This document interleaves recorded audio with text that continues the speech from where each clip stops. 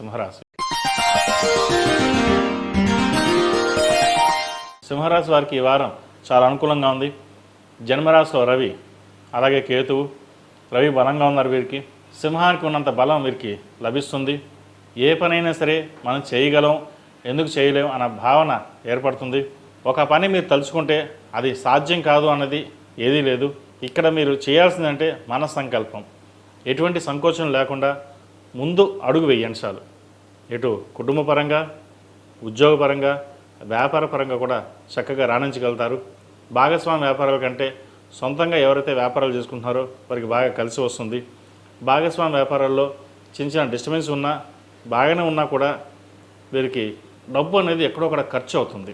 కాబట్టి ఆ విషయంలో జాగ్రత్త తీసుకోండి. Chartered accounts, real estate, finance సెక్టర్స్లో ఎవరైతే ఉన్నారో వారికి బాగా రాణిస్తుంది. రావాల్సిన బెనిఫిట్స్ వస్తాయి. జిఎస్టీ కావచ్చు, ఇన్కమ్ ట్యాక్స్ కావచ్చు, ఈ రంగాల వారందరికీ చక్కగా రాణించగలుగుతారు.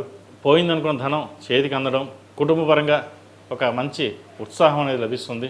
పిల్లలకు మన సంబంధం కుదిరింది, వివాహం చేయగలం అనే కాన్ఫిడెన్స్ వీరికి ఎక్కువగా ఉంటుంది. అష్టమ శని నడుస్తుంది వీరికి.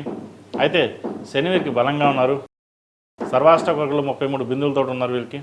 దశమాధిపతి శుక్రుడు ఏకాదశి ముందు, అది గురువుతో ఉన్నారు. ఏకాదశి గురువు వీరికి శుభ ఫలితాలను ఇస్తారు. ఏదైనా మీరు అనుకున్నది నెరవేరుతుంది. దాని తగ్గట్టుగా అడుగులు వేయండి. అయితే ఒక్క విషయం మటుకి ఈ షూరిటీ సంతకాల విషయంలో జాగ్రత్త ఉండాలి. లోన్ల విషయంలో జాగ్రత్త ఉండాలి. మనవాడే కదా, చుట్టాలే కదా, ఫ్రెండే కదా అని చెప్పేసి లోను తీసి వారికి ఇవ్వడం, తర్వాత మీరు ఇబ్బంది పడడం జరుగుతుంది. ఇటువంటి విషయాలు దూరంగా ఉండండి. సంతానానికి సంబంధించిన విషయ వ్యవహారాలు చక్కగా ఉన్నాయి. అయితే వారి విద్యా విషయంలో మీరు జాగ్రత్తలు తీసుకోవాలి.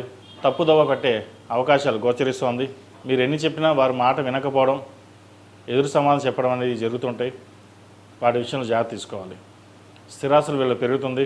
చతుర్థ భాగ్యాధిపతి అయిన కుజుడు ద్వితీయంలో ఉన్నారు. కుటుంబ స్థానంలో కుజుడు. భూ సంబంధించిన విషయ వ్యవహారాలు చక్కగా ఉంటాయి. భూమి విలువ పెరుగుతుంది.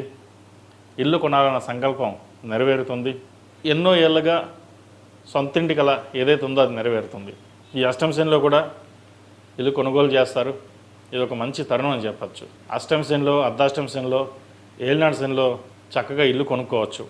కొంతమంది ఇల్లు కొని అమ్మేస్తుంటారు. మీకు అలా ఉండదు. కొన్నారు ఉంటే అది స్థిరంగా ఉంటుంది. కాబట్టి చక్కగా ఇంటి ప్రయత్నాలు ఏవైతే ఉన్నాయో అవి ప్రారంభించుకోండి. ఈ రాశిలో జన్మించిన స్త్రీలకు వృత్తి ఉద్యోగాల పరంగా చక్కగా రాణించగలుగుతారు. ఉద్యోగం లభిస్తుంది.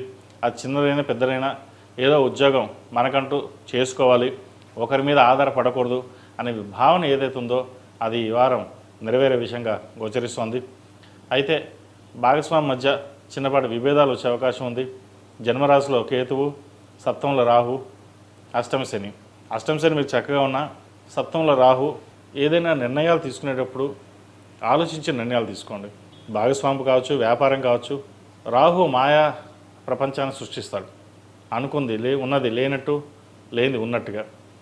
మనం ఒక కార్యక్రమం చేపడుతున్నట్టు అది బాగా అయిపోతుంది, బాగా నెరవేరుతుంది, చేయగలనే కాన్ఫిడెన్స్ ఉంటుంది, కానీ అది నెరవేరదు. ఇటువంటి విషయంలో జాగ్రత్తలు తీసుకోండి. ఏదైనా ప్రాక్టికల్గా ఉండడానికి ప్రయత్నం చేయండి.